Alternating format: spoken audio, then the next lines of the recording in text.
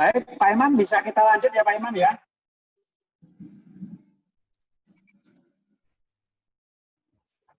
Monggo Bapak silakan dilanjut. Nah, untuk materi berikutnya kita mau uji instrumennya tadi. Jadi prinsipnya begini Bapak Ibu, kalau Bapak Ibu mau riset, kebetulan eksperimen dan nanti soalnya dalam bentuk pilihan ganda kayak soal tadi, jadi sebelum dipreteskan, sebaiknya Bapak Ibu diuji dulu, coba dulu. Nah, apakah instrumennya itu valid dan reliable. Jadi yang paling penting ya.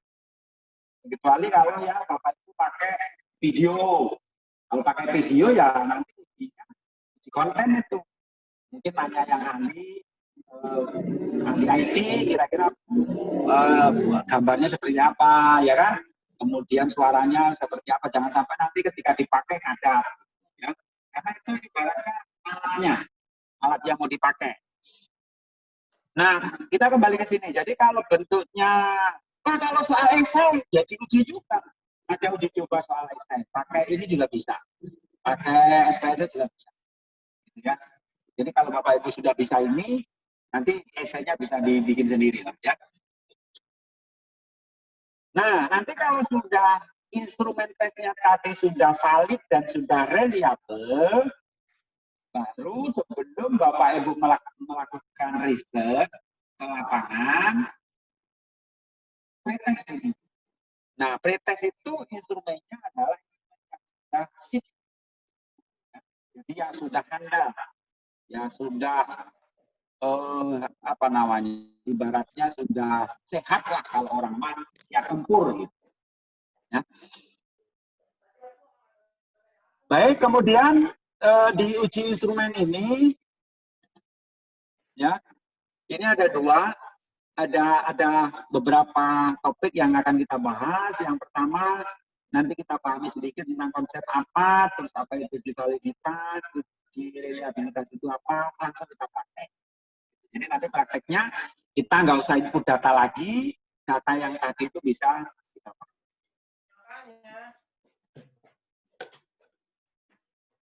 Kayaknya ada coret-coret masuk ya Pak Imam ya? Ada coretan-coretan gitu ya? Iya Pak, ada coretan. Iya, ada gangguan. Baik Bapak Ibu, yang pertama konsep uji validitas dan reliabilitas. Dalam Azwar 86 itu dinyatakan bahwa uji validitas itu kemudian dilakukan untuk mengukur ketepatan atau kecermatan sebuah variabel terkait fungsinya dalam suatu penelitian. Dalam penelitian adalah derajat ketepatan ukur terhadap objek yang diukur. Jadi validitas itu paling penting ya. Keterandalan ya. Validitas itu maksudnya. Kalau Bapak Ibu nanti mau riset tentang tangan, ya berarti alat ukurnya juga harus untuk ukur tangan, kan begitu ibaratnya. Mau bikin baju lengan misalnya, ya yang diukur pasti lengannya, nggak mungkin. Nanti mau bikin tangannya yang diukur kakinya, nanti kan nanti silih gincu nanti. Nah ini ada dua pendekatan, ada validitas vektor, ada validitas item, gitu ya. Silakan saja nanti bisa dipilih, nanti kita akan coba lihat kita mau pakai yang mana. Dua-duanya juga menghasilkan sesuatu yang bermanfaat, sama-sama menghasilkan, sama-sama bisa untuk mengecek bahwa instrumen kita itu valid atau reliable. Ya. Nah, kalau dalam penelitian eksperimen, biasanya instrumen tes itu sering dikenal dengan istilah analisis butir soal. Pak, boleh nggak pakai Excel? Boleh. Boleh Pak pakai Anates? Boleh. Ya, boleh nggak Pak pakai Stata? Boleh. Boleh nggak Pak pakai R? Boleh. Ya, silakan saja ya. Nah, kalau yang untuk jenis model soal ini, kita juga langsung bisa melihat tingkat kesukaran dan daya pembeda. Jadi kenapa sih soal kita itu nggak valid? Oh, ternyata 99% anak nggak bisa ngerjain. Oh, ternyata soalnya susah. Nah, nanti kita bisa ngecek di tingkat kesukarannya. Kemudian daya pembeda itu untuk ngecek daya serap anak. Ya, nanti kita bisa cek ya. Sehingga nanti soal itu apakah kira-kira harus diperbaiki atau harus dibuang seperti apa lah, itu bisa dilihat dari sini juga ya. Ini nanti akan saya sampaikan sekalian dari 4 hal ini. Oke. Nah, ini contoh langkah-langkahnya Bapak Ibu tadi sudah ya, yang barusan kita input data ya, yang dari Excel tentu dimasukkan ke sini. Kemudian di data view di copy seperti tadi, ya ini kita sudah di variable view sudah. Nah, ini tadi sudah karena input sudah. Nah, bagaimana cara ngujinya? Nanti Bapak Ibu di data view ini itu nanti pilih analyze ya, nanti dicari correlate, kemudian dipilih bivariat gitu. Nanti variabelnya yang diisi P1, P2, P3 dan sampai P9 dan jumlah dimasukkan. Nanti gimana cara masukkannya ya. Nah, nanti kita akan klik yang versionnya dan totalnya dan juga yang flag significant correlation-nya supaya nanti kelihatan baru oke ya. Jadi pertama nanti Bapak Ibu analyze, correlate baru bivariat. Baik, kemudian ini posisinya Bapak Ibu nanti datanya akan muncul di sini. Ketika Bapak Ibu klik bivariat akan muncul jendela bivariat correlation namanya. Jendelanya akan muncul. Nah, dari sini nanti Bapak Ibu variabelnya nanti semuanya dipindahkan ke kanan sini kecuali jenis kelamin dan usia. Terus di bawahnya nanti yang diklik ini. Person itu udah dari sononya, dari pabriknya sudah tertentang. Nah, kita yang baru nyentang ini boleh Kendaltau atau Spearman Row. Nah, biasanya kalau Spearman Row itu atau Kendaltau itu kalau kita gunakan korelasi yang sifatnya non parametrik. Ya. Nah, flag signification correlation itu biasanya juga sudah tertentang. Gitu ya. Sudah kayak gini posisinya Bapak Ibu. Oke. Nah, nanti hasilnya nanti Bapak Ibu akan menghasilkan yang correlation seperti ini. Pertanyaan satu dikorelasikan dengan pertanyaan satu, pasti hasilnya 1. Pertanyaan 2 dikorelasikan dengan pertanyaan 1, hasilnya oh. Nggak ada hasilnya, ini berarti ada masalah nih pertanyaan 2 ya. Pertanyaan 3 dikorelasikan dengan, tapi kalau Bapak itu lihat begini satu-satu, pusing. Nah, dilihatnya yang ini Bapak Ibu. Ya. Ini nomor non parametrik yang Kendaltau ini, dilihatnya ini Bapak Ibu. Nah, yang ini. Yang kolom terakhir Bapak Ibu. Ya. Jadi nanti dari sekian tabel banyak tadi, itu Bapak Ibu tinggal lihat di jumlahnya aja. Kolom jumlah yang di samping di sini boleh. Nanti di jumlah yang bagian bawahnya juga boleh. Berarti kalau di kolom jumlah, di baris pertama ini kita bacanya pertanyaan 1. Saya ulang. Di kolom jumlah ini berarti kalau baris pertama ini adalah hasil dari pertanyaan 1. Ya, Bapak Ibu ya. Pertanyaan 1, nilai koefisien korelasinya yang atas nih. Yang atas ini koefisien korelasi itu nilainya 0,231. Ya. 0,231. Kemudian yang di bawahnya itu p-value ya, atau nilai signifikansinya. Ya. Kebetulan koefisien korelasinya 0,0231, nilai nya itu 0,327. Nah, 20 ini adalah jumlah siswanya. Ya, Bapak Ibu ya. Jadi jangan lupa nih, di kolom ini itu ada 3 angka yang pertama nilai korelasinya, angka yang kedua nilai signifikansinya, yang 20 itu nilai jumlah datanya. Terus bagaimana Pak cara bacanya? Ketika pertanyaan 1 itu apakah betul-betul mengukur sesuatu yang sudah diukur, sudah sakit gitu. Nah, tentu ada kriterianya, ya. Kriterianya kita lihat seperti ini Bapak Ibu. Ya. Jadi untuk baca tadi, ini contoh. Jadi kalau ada 35 pertanyaan, berarti ada 35 kesimpulan. Tapi nanti Bapak Ibu nggak usah pusing-pusing, nanti dibuat aja tabel, dipindahin, valid, invalid, valid, valid, invalid, begitu aja. Nah, cara bacanya gini Bapak Ibu. Hasil pada kolom jumlah, jika nilai signifikansinya lebih kecil dari 0,05, itu menyatakan bahwa butir soal tersebut adalah valid. Gitu ya. Atau sebaliknya, kalau lebih besar dari nilai signya tadi lebih besar dari 0,05, maka butir pertanyaan nomor 1 tadi tidak valid. Sekarang kita cek. Ya kan? Ini kan hasilnya nilai signya 0,327. Oke. Untuk pertanyaan 1, nilai signya sama dengan 0,327.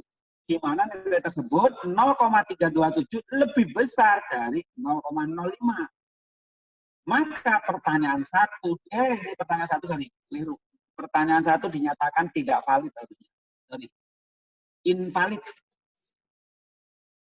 Tidak valid. Nanti Bapak Ibu salah interpretasi repot saya.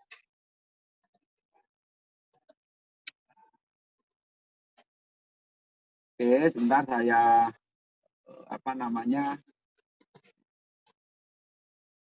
saya gedein lagi. Oke, Bapak Ibu ya, jadi pertanyaan 1 itu adalah tidak valid. Kenapa tidak valid? Karena nilai signya lebih besar dari 0,05.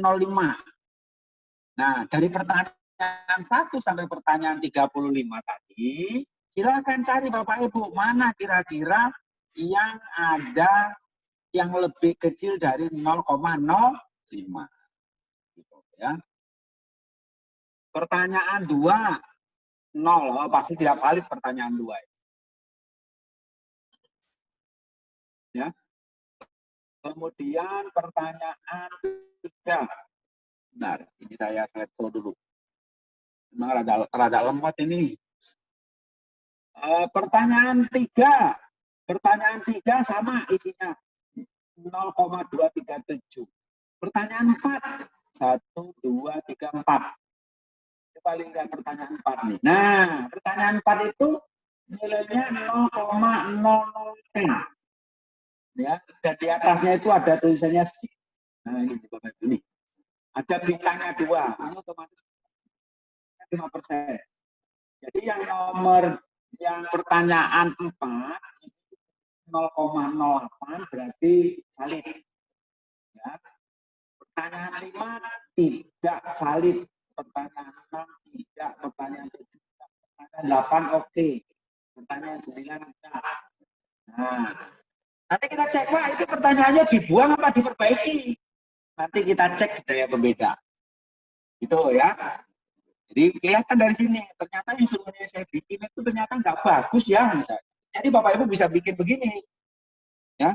Jangan sampai udah bikinnya cuma 3 malam, itu pun boleh dapat dari wangsit, udah nggak pakai uji instrumen, main langsung aja kasih trade test, gitu ya. Kalau bisa penelitian jangan begitu ya. Kita guru aja sebenarnya nggak boleh. Ya bahkan ada kadang-kadang kita bikin soal aja dikte ya, liar tambahannya. Oke ya. Itu cara membacanya Bapak Ibu ya. Langsung aja kita langsung uji reliabilitas. Nah, kalau validitas tadi adalah untuk melihat keterandalan ya, mengukur sesuatu yang benar-benar diukur ya. Reliabilitas itu sebenarnya melihat keajiban soal, konsistensi. Jadi kalau misalnya Bapak Ibu buat instrumen, diteskan di sini hasilnya rata-rata 55. Diteskan di sini misalnya rata-rata 60, diteskan di sini rata-rata 58. Itu berarti ajak ya hasilnya nggak terlalu jauh gitu ya. Itu prinsipnya ya, reliabilitas gitu ya, konsistensi lah. Nah, caranya untuk reliabilitas itu nanti Bapak Ibu klik reliability ya di di posisi apa namanya, menu file ya, menu di sini ya. Itu nanti dipilih scale. Kemudian di sini ada pilihan reliability analysis. Nah, ini yang akan kita coba pilih nanti ya. Reliability analysis. Ketika ini sudah diklik, nanti Bapak Ibu pertanyaan dari sini itu semuanya dipindahkan ke sini. Ya. Dipindah. Nah, ini contohnya. Ya. Contohnya seperti ini, dipindahkan ya. Oke, sudah dipindahkan, nanti Bapak Ibu diklik statistik. Ya. Terus posisi apa yang di bawah di sini jangan diganti-ganti. Ya biarin aja yang udah dari sononya ya. Oke. Karena kita mau pakai alpha kormbah. Nah, kemudian ketika diklik statistik nanti akan muncul kayak gini Bapak Ibu. Ya. Akan muncul ya reliability analysis di statistik itu yang diklik yang skill item deleted. Ya, dicentang yang skill if item deleted. Nah, itu. Ya. Yang lainnya biarkan saja. Setelah itu baru diklik continue. Nah, nanti akan menghasilkan kayak gini Bapak Ibu. Ya. Ini kalau dilihat dari reliability setiap item. Ya. Reliability setiap item. Gitu ya. Kalau Bapak itu mau ngecek juga boleh. Oh, item di sini alpha komba untuk item deletednya 0,7. Nah, berarti diterima. Oh, ini karena 6 kurang bagus gitu ya. 7 diterima. Karena kita lihat ini kalau kita lihat satu-satu. Yang paling enak lihatnya yang ini Bapak Ibu. Ya, ini kriterianya ini Bapak Ibu yang 0, ya kurang dari 0,5 rendah, 0,5 sampai 0,7 itu moderat, sedang ya. Yang bagus ini 0,7. Jadi sudah sufficient. Pak, saya udah pusing, Pak. Boleh nggak pakai yang moderat ya? Boleh saja. Tapi saya sarankan yang artinya kan begini. Ketika instrumen tes tadi itu makin tidak reliable, berarti kan tidak konsisten, keajekannya kurang. Ya. 0,8 keren, 0,9 perfect, gitu ya. Jadi standarnya yang bagus itu 0,7. Ya. Oke. Nah, nanti akan muncul output kayak gini setelah diklik OK. Itu ada namanya tabel case processing summary. Ini kita hanya ingin menunjukkan, oh jumlah siswa, jumlah N-nya itu ada 20. Nggak ada pertanyaan yang dikeluarkan, semuanya diolah 100%. Nah, ini Bapak Ibu, ngeceknya ini aja. Cuman, apa ini, 2 baris ini. Dan angka yang diambil ini, yang 0,704. Jadi ketika misalnya diuji tadi, diklik, continue terus oke, nanti akan muncul ini, nanti kita lihat. Bahwa ketika hasilnya 0,704, ini keliru harusnya 0,704 ya, maka 10 item variabel, item tersebut adalah sufficient. Ya, bukan 10, harusnya 20, maaf salah ketik ya. Mencukupi. Jadi sudah, malah ini lebih besar ya. Oke, kira-kira Bapak Ibu ya, cara bacanya di sini. Oke, itu reliabilitas. Tingkat daya kesukaran, Bapak Ibu. Itu pertanyaannya dipindahin, ya. Kemudian diklik main-nya aja yang dicari, yang diklik main-nya saja, terus continue. Nanti kita coba Bapak Ibu ya. Kemudian baru setelah main nanti kita akan lihat contoh misalnya akan menghasilkan seperti ini Bapak Ibu. Pertanyaan 1, 18, 19, 20. Karena ini panjang banget saya potong. Misalnya saya ambil pertanyaan 24. Nilainya 0,75. Ya. 0,75 kriterianya apa? Kalau nilai rata-rata atau min-nya adalah 0,75 berarti masuk ini. Soalnya mudah. Gitu ya. Soalnya mudah. Kalau 0,00 di pertanyaan 22 berarti soalnya susah. Ini nggak ada satupun siswa yang menjawab dengan benar. Karena 0,000 nggak ada isinya. 90, mudah banget. 65 sedang. Gitu. Jadi makin kecil nilai min, maka soal makin suka. Makin besar berarti makin susah. Kira-kira seperti itu Bapak Ibu. Untuk melihat kesukaran.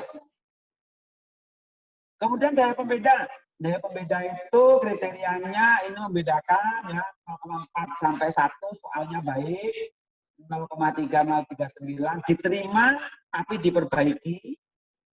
Soal 20 harus diperbaiki, kurang dari 0,2 buang soalnya. Ya, jadi makin besar nilai koefisien korelasinya, maka soal semakin baik setelah dibandingkan dengan kriterianya. Jadi patokannya ini. Ya, patokannya ini Bapak Ibu. Nah, sekarang untuk soal nomor ini. Soal yang tadi yang kita nyatakan tidak valid. Pertanyaan 1. Kan koefisien korelasinya 0,231. Ya, 0,231. Kita lihat kriterianya. 0,231 itu di sini. Ya. Soal masih diterima, tapi harus 23 ya. Soalnya diperbaiki. Soalnya diperbaiki. Ya.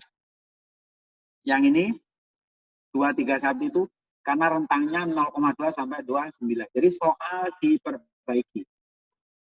Gitu ya, kalau kita nanti jadi guru atau Bapak Ibu yang riset, eksperimen, pakai soal pilihan ganda, nanti cek di sini.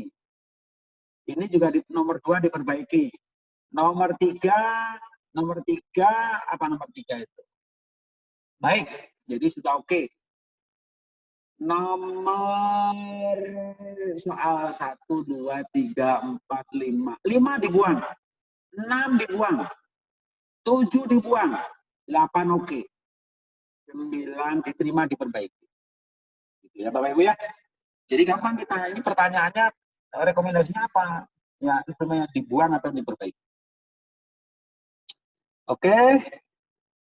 Selesai konsepnya. Nah, sekarang kita kembali ke apa namanya? Soal yang tadi. Sorry, data yang tadi.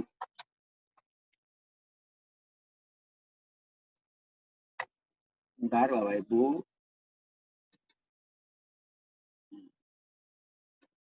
Kita mau lakukan uji apa namanya? Validitas dulu ya Bapak Ibu ya. Jadi nanti ketika uji validitas ya datanya siap, silakan semuanya pada posisi apa namanya? Datanya siap. Ya. Kita mau sama-sama coba lakukan. Saya share dulu, kita bareng-bareng.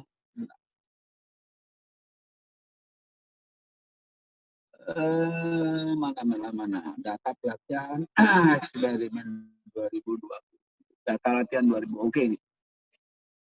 Atau ada yang mau tanya dulu silakan sebelum kita masuk ke sini.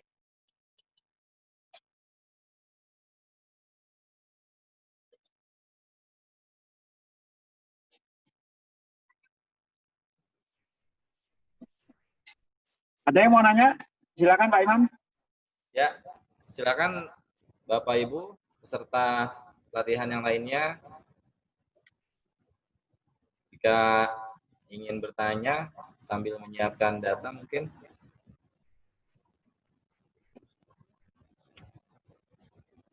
Baik Pak Dekan, dilanjut saja. Mungkin nanti pertanyaan ketika praktik. Oke ya. Kalau tidak ada langsung kita analyze. Ya kan datanya sudah ada nih. Analyze. Pilih correlate. Ya, klik bivariat. Correlate, klik bivariat. Nah, akan muncul seperti ini Bapak Ibu. Ya.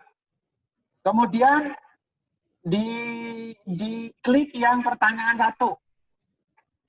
Nah, klik pertanyaan 1. Kemudian di blok ke bawah. Tekan shift, panah ke bawah. Jumlah diikutkan. Oke, sudah kayak gini. Perbedaan penggunaan antara nominal, scale, dan ordinal itu apa pada kolom measure ya? Nanti saya jawab ya. Oke, ini dulu silakan ya. Kita pindahkan ke kanan. klik, udah pindah. Ya, saya ulang. Jadi Bapak Ibu ini di blok mulai dari P1, pertanyaan 1, ya. Kemudian kita klik ke kanan. Ya.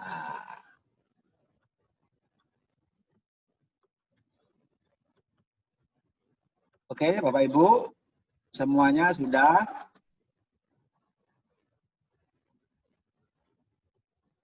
Ya, kemudian posisi kita cek option apa di dalamnya itu. Berarti nggak usah. Style itu isinya apa sih? Cancel aja, nggak ada. Nah, ini yang dari sananya ada person, ada apa ini? Flat significant correlation yang sudah tertentang. Kalau Bapak Ibu yang ingin lihat non parametrik misalnya pakai Kendata, ya ini diklik saja. Ya. Tapi kan kita nggak baca, yang baca kan yang person. Tapi kalau enggak ya dikosongin aja juga boleh. Ya. Kalau sudah seperti itu baru oke. Ini otomatis akan keluar hasil. Nah, ini Bapak Ibu. Hasilnya. Nah, hasilnya ini. Kita cek jumlah itu sama persis yang di PPT tadi.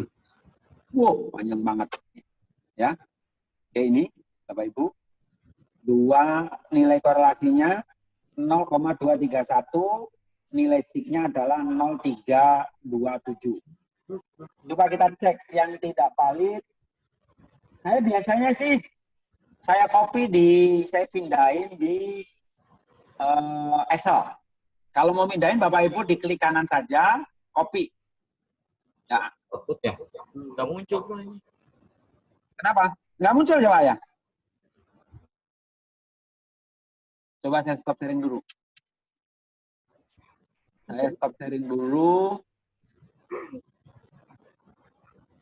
Oh, karena kalau Pak, ini beda ini Pak, beda apa namanya? Beda file. Output Ya, mohon maaf Pak, nggak muncul kayaknya.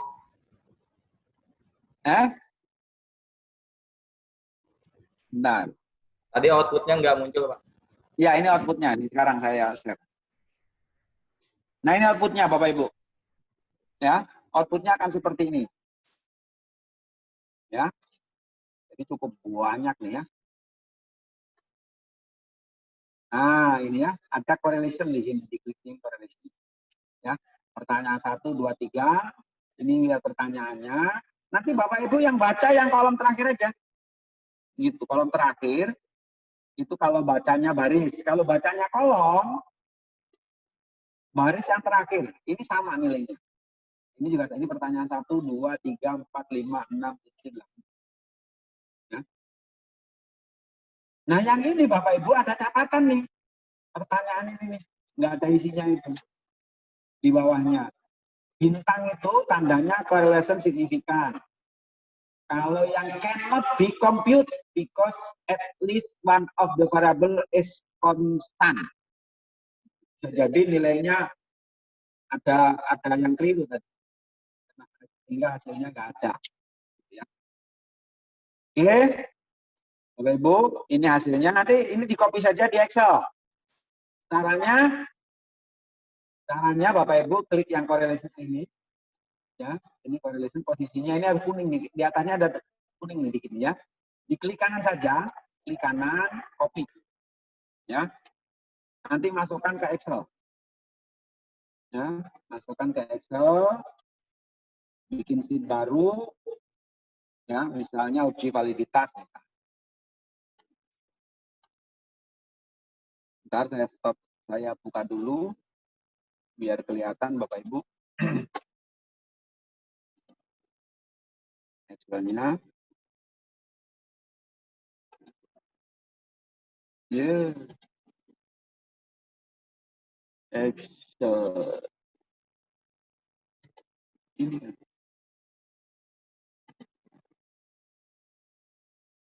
Oke, kelihatan Bapak Ibu ya. Klik di sini. Di sini paste aja. Sudah masuk. Nah, sudah masuk Bapak Ibu. Tinggal perbaiki aja. Nah, karena yang dipakai itu yang kolom terakhir, ini dibuang aja Bapak Ibu. Di blok, kita mau pakai yang ini aja. Nah, kolom jumlahnya aja. Oh, pertanyaannya juga sudah ada. Delete. Salah. Saya undo dulu. Oh, ini kolom. Oke. Nah, kita cuma punya ini aja.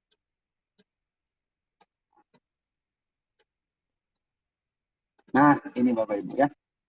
Jadi yang dipakai pertanyaan 1. Ini tadi tidak valid ya kan? Invalid. Pertanyaan 2, ini udah pasti invalid. Pertanyaan 3, invalid juga. Pertanyaan ini valid.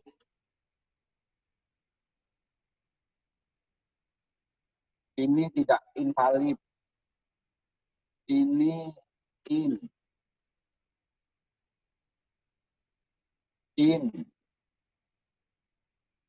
valid.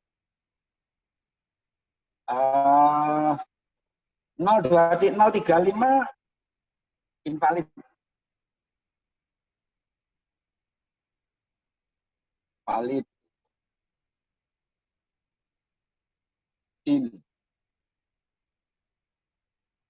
Valid.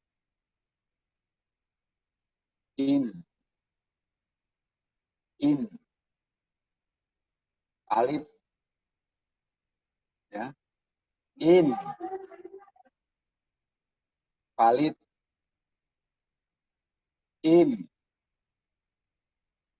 Valid.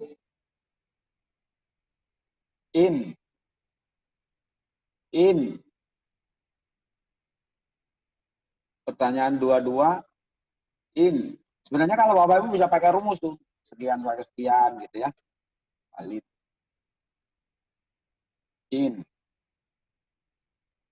Valid. Valid. Valid.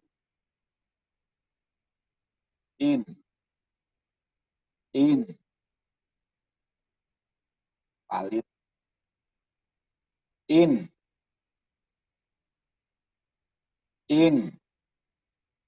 Wah, banyak innya ya. Valid. Nah, ini jumlah sama jumlah, jangan ikut ini, karena ini jumlah kalau sama jumlah hasilnya pasti 1. Coba kalau kita hitung berapa Bapak Ibu? 1, 2, 3, 4, 5, 6, 7, 8, 9, 10, 11, 12, 13.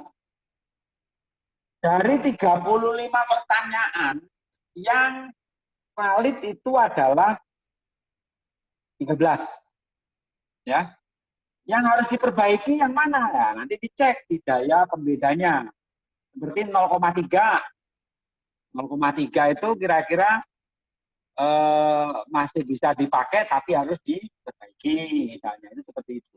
Tapi ketika kita simpulkan, itu pertanyaan adalah bahwa dari 35 berarti ada 20 berapa pertanyaan yang diperbaiki dan berapa pertanyaan yang harus ditolak diganti dengan pertanyaan baru tapi masih mengukur indikator yang sama.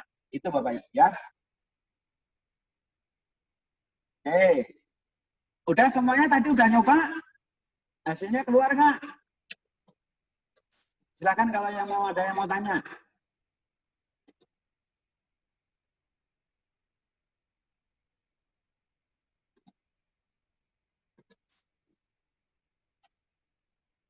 Oke. Jadi saya kembali ke yang tadi. Jadi itu cara melakukan uji validitas ya. Langkah berikutnya kita mau melakukan uji reliabilitas. Sebelum saya lanjutkan, silakan Bapak Ibu tanya dulu. Tadi ada yang nanya, Pak, itu kegunaannya Measure untuk scale, untuk ordinal, untuk nominal seperti apa? Itu datanya Pak. Misalnya Bapak Ibu, kalau Bapak Ibu data sekunder nih, misalnya data keuangan dari mana? Dari Bursa Efek, atau data dari statistik dari BPS misalnya, itu semuanya scale berarti karena ada rasio. Jadi scale itu merupakan derajat data yang paling tertinggi di treatment dalam diperlakukannya diperlakukan atau memang dalam SPSS memang hanya 3 kategori, tapi kalau di yang lain itu ada banyak kategori, ada 5 kan. Itu. Kemudian kalau yang ordinal itu biasanya kalau datanya pekerjaan orang tua, pendapatan orang tua, kemudian pakai setuju, sangat setuju kalau pakai kuesioner ya. Kemudian apalagi itu sering, selalu, nah itu ordinal. Tapi kalau yang nominal tadi kayak jenis kelamin itu nominal. Terus luas wilayah misalnya lokasi tempat tinggal, perkotaan, perdesaan. Pak nominal bisa nggak tiga tingkatan? Bisa, 1, 2, 3 itu bisa. Ya, jadi tidak melulu harus 2. Ya. Barat, timur, siang, malam. Jadi data nominal itu sebenarnya data nggak memiliki arti apa-apa, hanya simbol saja. Ya, itu nominal tuh. Makanya data nominal itu merupakan salah satu jenis data yang derajatnya paling rendah. Gitu. Yang paling tinggi ya rasio. Nah, di SPSS yang skill tadi. Gitu. Oke ya, Bapak Ibu ya tadi yang nanya seperti itu.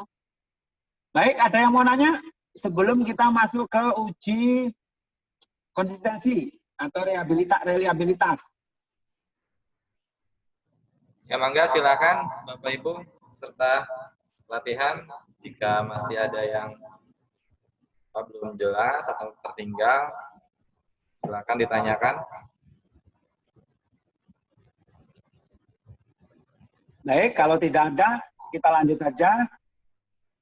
Nah, sekarang kita mau uji reliability ya. Jadi klik analyze seperti biasa Bapak Ibu. Pilih scale, mana skala, mana skala. Ya. Kemudian ini ada reliability analysis. Klik. Nah, ya. Sama Bapak Ibu, ini semuanya kita pindahkan saja. Sama seperti tadi. Ya. Nah, kemudian klik statistik. Nah, yang diklik satu saja ini, skill if item deleted. Nah, ini saja. Kemudian yang lainnya dibiarkan saja. Ya, kita nggak usah ngeklik. Tapi kalau Bapak Ibu pengen nanti ketemu daya beda segala macam, ya main-nya itu diklik. Ya. Correlation diklik, kemudian main juga diklik, nah nanti akan ketahuan ya. Oke, nanti aja itu. Continue.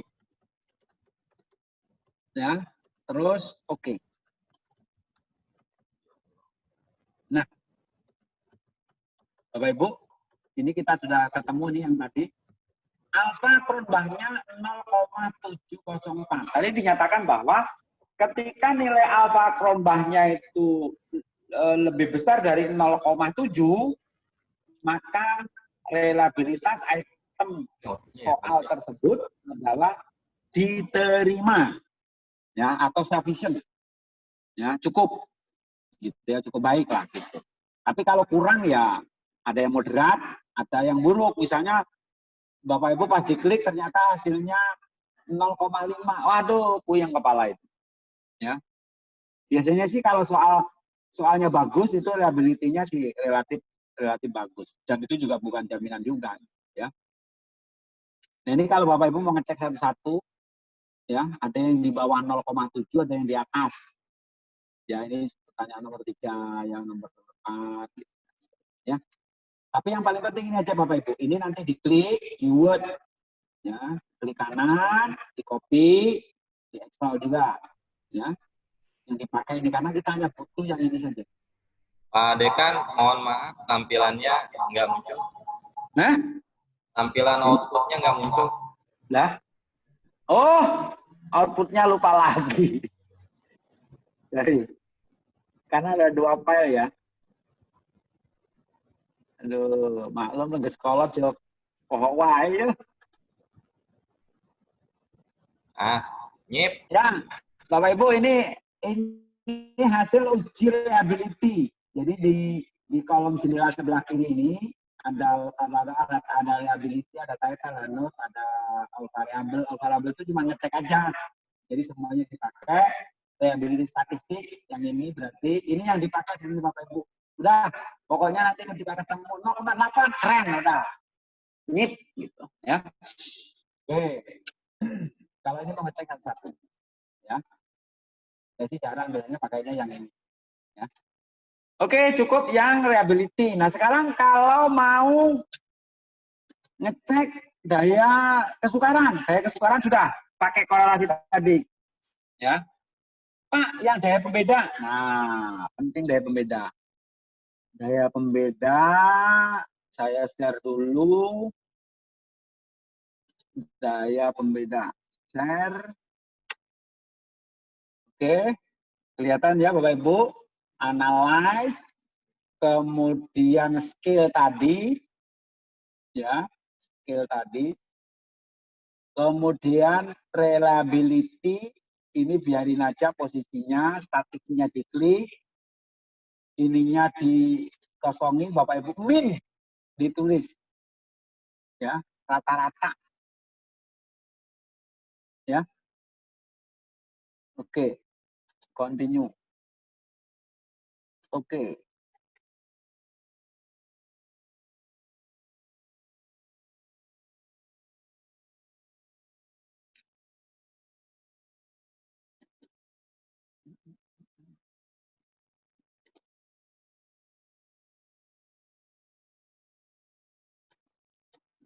Nah, Bapak Ibu.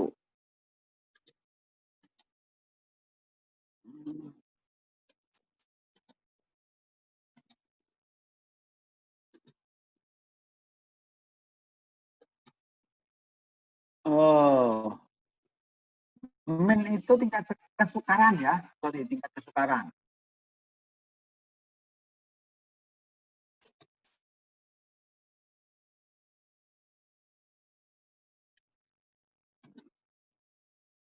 Minnya mana minnya ini? Oh, enggak muncul. Oh, saya ulang Bapak Ibu, saya ulang. Saya ulang. Aduh, kebanyakan file nih. Analyze, mana? Skill, reliability, ya, semuanya sudah masuk. Statistik ini harusnya ikut juga. Min-nya diklik, sudah. Varian, correlation, nggak usah. Item correlation tadi juga di pertama sudah. Udah. Continue. Oke.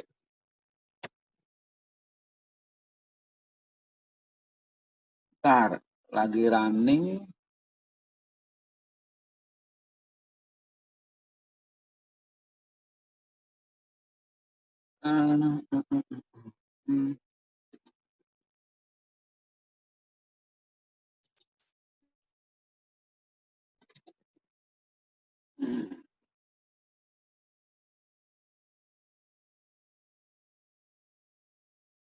Main. Nah, nanti akan muncul. Saya ulang Bapak Ibu. Hasilnya kok beda nih. Bentar. Salah ngeklik tadi. Analyze the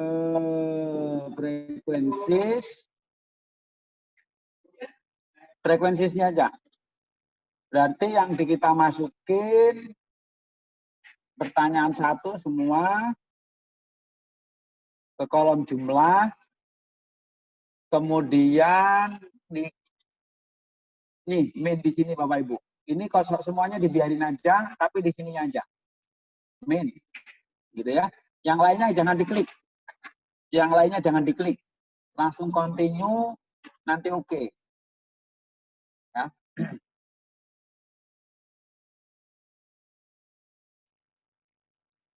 Nah, nanti kita akan punya hasil yang panjang kan. Mana yang panjang?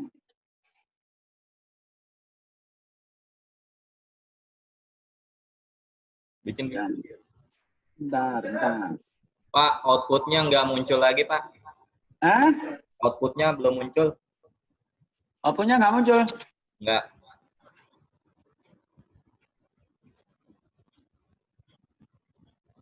Bentar, Pak. Nah, ini. Oh, belum di-share ya? Pohon lagi. Maklum, Pak, boleh tolong ya, Pak. Iya. Ya. Ini Bapak Ibu, nanti akan muncul nih. 0,4010,7 ini apa namanya, soalnya gampang nih ya, soalnya gampang, ini soalnya gampang ya kan. Kemudian nah ini soalnya relatif susah nih ya. Jadi tingkat kesukarannya ngelihatnya dari rata-rata. Pertanyaan 1 ini akan kelihatan semua nih.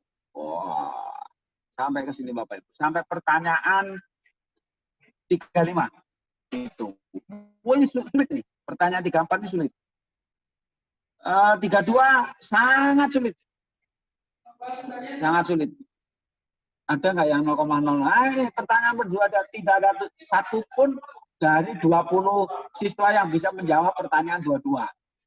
Biasanya guru seneng tuh kalau pertanyaan gua nggak ada yang bisa jawab. Bangga biasanya. Oke, mudah. Jadi banyakkan mudahnya ini, ya. Itu Bapak Ibu ya, untuk ngecek kesukaran. Kalau ngecek daya pembeda itu di sini aja, ngecek korelasinya aja. Ini ya, dibandingkan dengan kriteria. Nah, ini ngecek di sini. Oke, saya pikir itu dan cara membacanya juga sudah.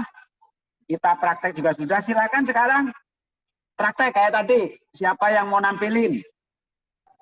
Supaya nanti kita akan sama-sama tahu kalau kurang kelemahannya di mana gitu. Silakan.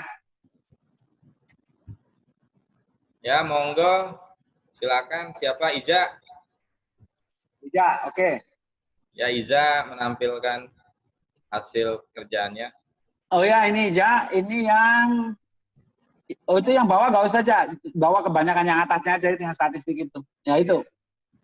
Jadi bersama hasilnya ya 0,4. Nah, pertanyaan nomor 2 itu 100% bisa jawab. Makanya tadi ketika dikorelasi hasilnya nggak ada. 100% bisa jawab tuh, bener semua. Ya. Terus pertanyaan 3 oke. Yang itu ya, yang validitas. Mana validitas? Validitas. Ya itu. Oke, ya sudah hasilnya udah ada, bagus. Coba kolom terakhir sama enggak? 0,231 nilai R-nya. Geser. Paling bawah juga boleh. Terus sampai pertanyaan 35. Pertanyaan 35. Mana? Nah, ya 0 ya ini betul. Korelasinya 0,231, signya tidak ya sama. Oke, good. Ada yang ditanyain nggak? Reliability-nya coba cek. Iya, reliability mana bawah? Bawah. Bukan itu summary-nya. Kronbach alpha. Kronbach alpha bawahnya. Okay. Ya betul ada 0,706. Ya. Oke. Good. Udah, ya. Udah lancar.